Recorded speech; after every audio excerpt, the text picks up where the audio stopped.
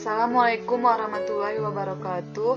Saya yang bernama Maisara, dan saya Milasari. Dan saya Nurma Sylvia. dan saya Tali Irike Putri. Adapun judul yang ingin kami presentasikan yaitu faktor-faktor penyebab terjadinya korupsi.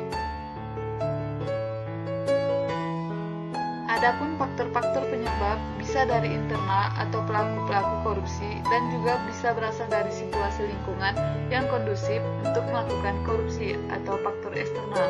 Dengan demikian, secara garis besar, penyebab korupsi dapat dikelompokkan menjadi dua, yaitu Faktor internal dan faktor eksternal.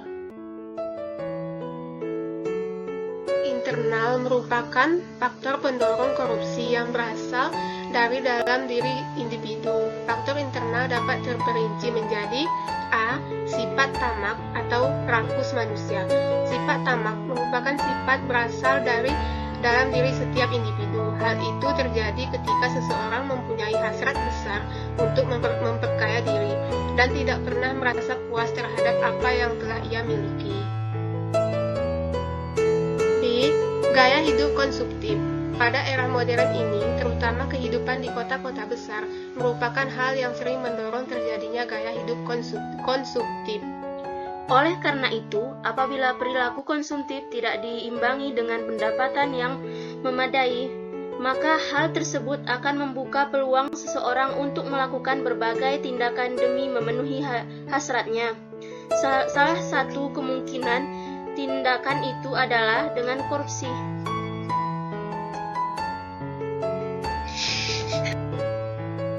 C. Moral yang kurang kuat. Seseorang yang mempunyai moral lemah cenderung mudah tergoda untuk melakukan tindakan korupsi.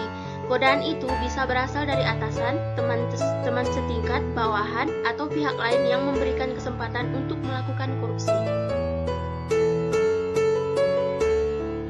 Selanjutnya ada faktor eksternal, merupakan faktor pemicu terjadinya tindakan korupsi yang berasal dari luar diri pelaku.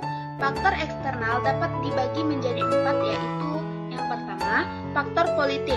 Politik merupakan salah satu sarana untuk melakukan korupsi. Hal ini dapat dilihat ketika terjadi instabilitas politik atau ketika politisi mempunyai hasrat untuk mempertahankan kekuasaannya. Yang kedua, ada faktor hukum. Hukum bisa menjadi faktor terjadinya korupsi dilihat dari dua sisi. Di satu sisi dari aspek perundang-undangan dan di sisi lain dari lemahnya penegak hukum.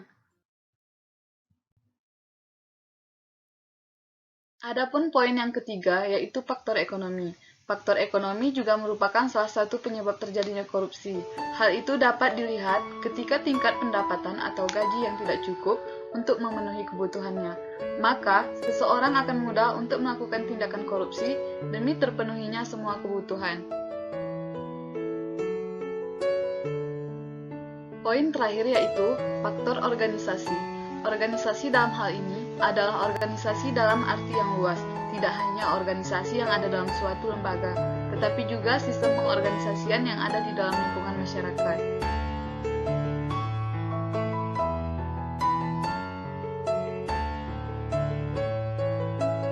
Mungkin hanya ini yang dapat kami sampaikan, lebih dan kurang kami mohon maaf. Assalamualaikum warahmatullahi wabarakatuh.